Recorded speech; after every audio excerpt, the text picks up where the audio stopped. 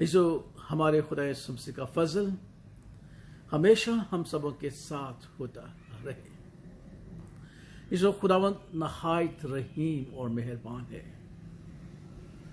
वो हमारे लिए नई जिंदगी के दरवाजे खोलता है, नई जिंदगी की राहें तैयार करता है, ताकि हम अपनी पुरानी जिंदगी से पलटकर नई जिंदगी की तरफ रज्जू लाएं और उसकी पनाहगाह में आकर इज्जत और जलाल हासिल करें, जैसे कल हमने सीखा भी था। लेकिन बाज़ औक़ात हम गौर व फिक्र नहीं करते। हम उन बुजुर्गों के ईमान पर गौर व फिक्र नहीं करते जिन्हें खुदावंद ने हमारे दरमियान रखा होता है। हम उनकी जिंदगी को आम जिंदगी समझकर इग्नोर कर देते हैं और यूं हम अपनी पुरानी इंसानियत को पसंद करते हैं और नए इंसान की तरफ हम नहीं चाहते। इस कहानी तो पुरानी है, लेकिन दर्स नया है। हम सब जानते हैं कि नाओमी अपने शौहर, अपने दोनों बेटों के साथ बैतल हम को छोड़कर वो मोआब की सरजमीन की तरफ आती है। वहां उसके दोनों बेटों ने शादी भी कर ली। हादसा ऐसा गुजरा कि शौहर भी ना रहा और दोनों बेटे भी ना रहे। तब नाओमी को खबर हुई कि खुदावंद ने अपने लोगों पर नजर करम की है और बैतलहम में खुशहाली आ गई है। तब वो बैतलहम की तरफ लौटी और उसने अपनी दोनों बेटियों यानी बहू को एक ऑफर दी और कहा, ऐ मेरी बेटियों, तुम क्या इंतजार करोगी? और मेरी तो अब उम्र भी नहीं रही, इसलिए लौट जाओ अपने लोगों में, अपने देवताओं में। नाओमी की जिंदगी और नाओमी के ईमान पर उर्फा ने ध्यान न दिया। उर्फा ने नाओमी की जिंदगी से कुछ हासिल नहीं किया कि शौहर और दोनों बेटों के बावजूद नाओमी का अपने खुदा पर कितना अकीदा है, अपने लोगों से कितनी मोहब्बत है, जिंदा खुदा पर कितना ईमान है उसका, और वो लौट गई।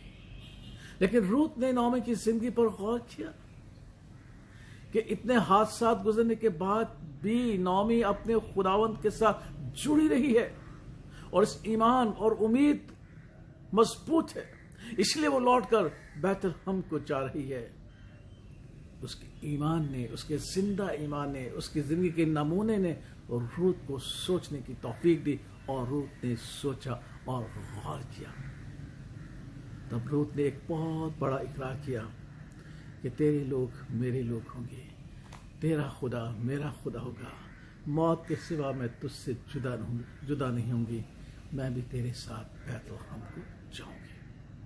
हम सब जानते हैं कि रूत बैतलहम में आई, बोअज के साथ कुछ शादी हुई और उसके बदन के वसीला से आने वाली नस्लों में दाऊद पैदा हुआ। बेत, यस्सी और दाऊद, कितना बड़ा फजल उसे मिला कि वो दाऊद की पैदाइश का वसीला बनी,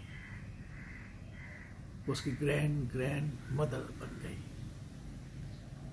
खुदा के कलाम में उसका जिक्र होने लगा। ये उस हकीकत की वजह से था जो उसने नाओमी के ईमान पर, जिंदा ईमान पर, उसकी जिंदगी के नमूने पर गौर किया। कराची में 74 गार्डन चर्च है। वहां जब बुजुर्ग खुदा में सो चाहते थे, उनकी शुक्रगुजारी की इबादत में एक गीत गाया जाता था। जिंदा ईमान बुजुर्गों का मुसीबत में थे फतह।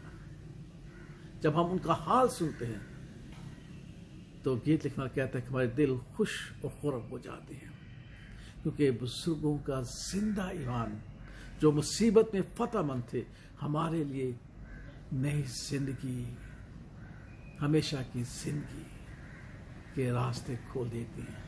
और यही रूत ने किया जब उसने नाओमी की जिंदगी पर गौर किया।